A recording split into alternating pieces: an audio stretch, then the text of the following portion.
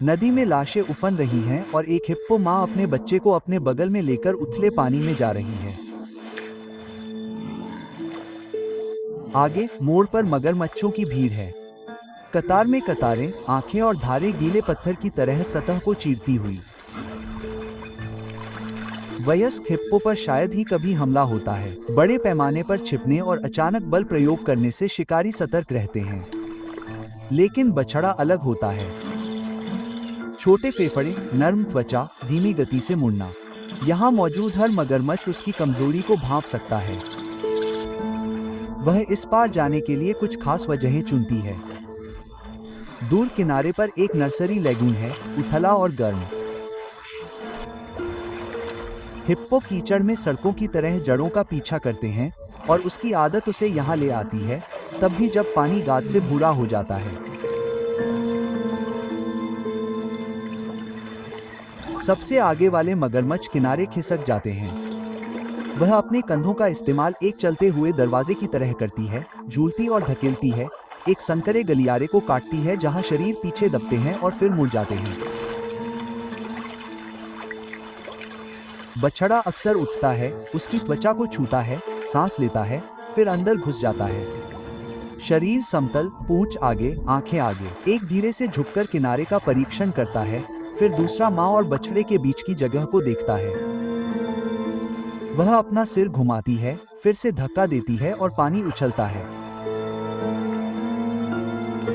वे साहस पर निश्चितता पसंद करते हैं और एक अंतराल की प्रतीक्षा करते हैं। वह नहीं देती। बछड़ा उसके करीब रहता है, लगभग उसकी जांघ से चिपका हुआ। और मगरमच्छ आते हैं, जो नदी के गहरे स्वाद को सीखने वाले एक युवा मुंह की परेशानी और व्यथित पुकार से आकर्षित होते हैं। चारों ओर लहरें और भंवर उठते हैं। वह धमकी भरे अंदाज में अपना मुंह खोलती है। दांत चमकते हैं, जबड़े झुकते हैं, सांस दहाड़ती है। धारा मध्य चैनल के पास गहरी हो जाती है। अब वे रणनीति बदलते हैं। वे मांस पर नहीं, जगह पर निशाना साधते हैं।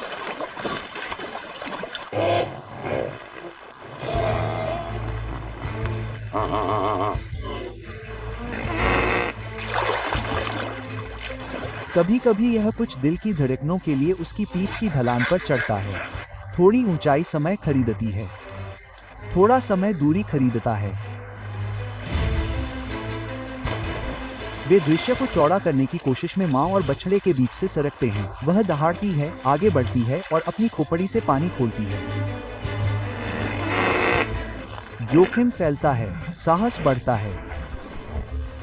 मां बार बार धक्का देती है। वह बिस्तर को हिलाती है, शरीर उठाती है, तड़पती है और दहाड़ती है, और आवाज दूर नरकेट तक पहुंचती है। लेकिन वह एक साथ हर लाइन को नहीं रोक सकती।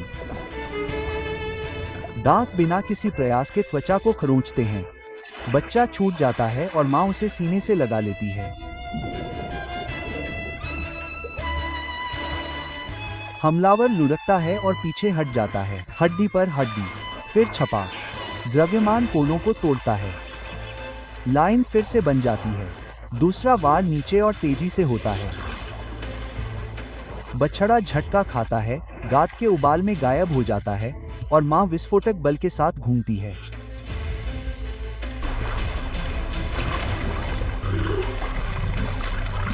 वह मगरमच्छ को थूथन पर काटती है, उठाती है और फेंकती है। आवाज एक दरार की तरह होती है, जिसके बाद झाग और कीचड़ होता है। यह उसके थूथन पर वापस आ जाता है।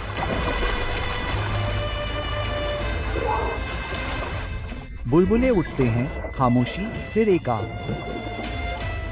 बछड़ा जीवित सतह को तोड़ देता है, लेकिन मगरमच्छ उसके अगले पैर को जोर से जकड़ लेता है।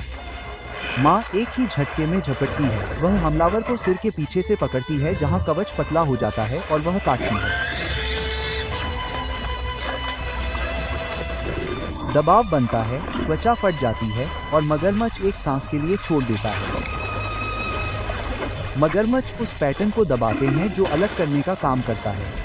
वे उसके घूमने की गति को धीमा करने और बछड़े को दूर खींचने के लिए तंग पानी और भारी वजन का उपयोग करते हैं। एक सांस के लिए बच्चे का संपर्क टूट जाता है। डोर टूट जाती है।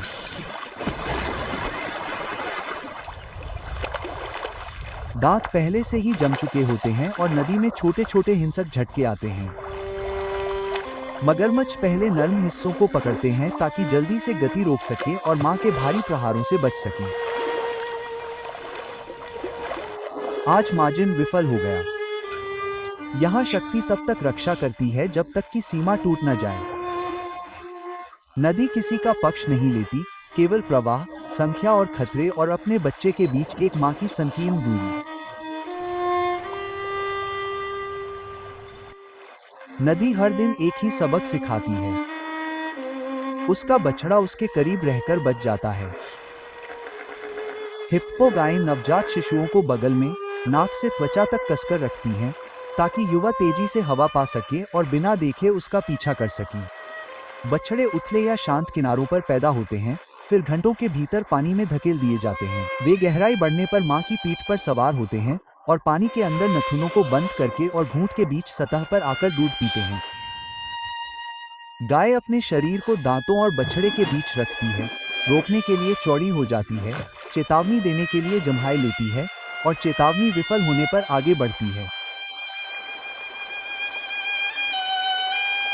गोबर की बौछार सीमा को चिन्हित करती है। पूंछ घूमती है और सतह और किनारों पर गंध फैलाती है। एक लंबी जम्हाई औजारों जैसे दांतों को दिखाती है। हिप्पो समाज में ताकत का वास होता है। वयस्क नर गहरे तालाबों और नदी के किनारों पर अपने इलाके पर कब्जा करते हैं और चेतावनी के तौर पर झुंड के बीच दूरी बनाते हैं। खुरचने के लिए उनके नुकीले दांत लंबे हाथी दांत जैसे हो जाते हैं जो इस्तेमाल से तेज हो जाते हैं। ज्यादातर झगड़े सतह पर आकर एक दूसरे से भिड़ जाते हैं और प्रतिद्वंद्वी किनारे पर चले जाते हैं।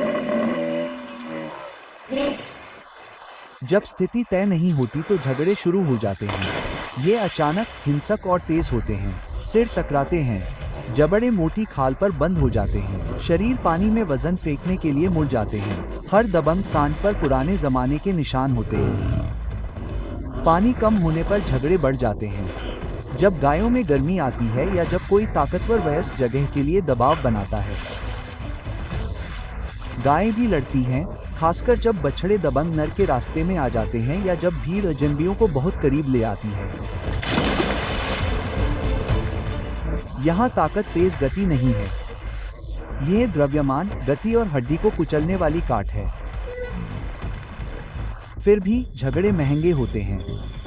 आज जो बैल जीतता है उसके घाव कल तक रहते हैं और जो बैल हारता है उसे पुल से उथले खतरनाक पानी में जाना पड़ता है, जहां मगरमच्छ इंतजार करते हैं और जहां जमीन पर रातें लंबी होती हैं।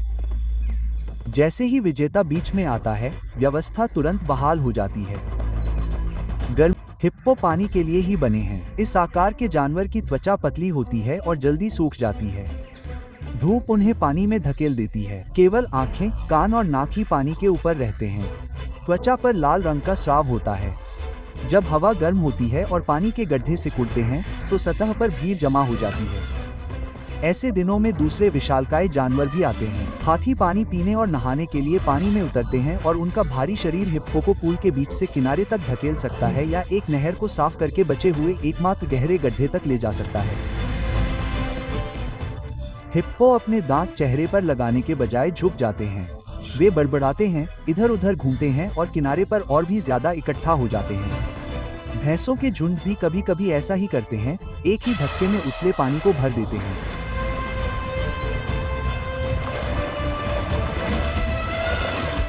फिर उन्हें बाहर निकलना पड़ता है। हर बार हिलने डुलने से तनाव बढ़ता है। पानी से बाहर कड़ी धूप में हर मिनट वापस लौटने की इच्छा बढ़ती है, चाहे मगरमच्छ किनारे पर ही क्यों न बैठे हों। शेर एक वास्तविक खतरा है, खासकर अकेले या घायल वयस्कों के लिए।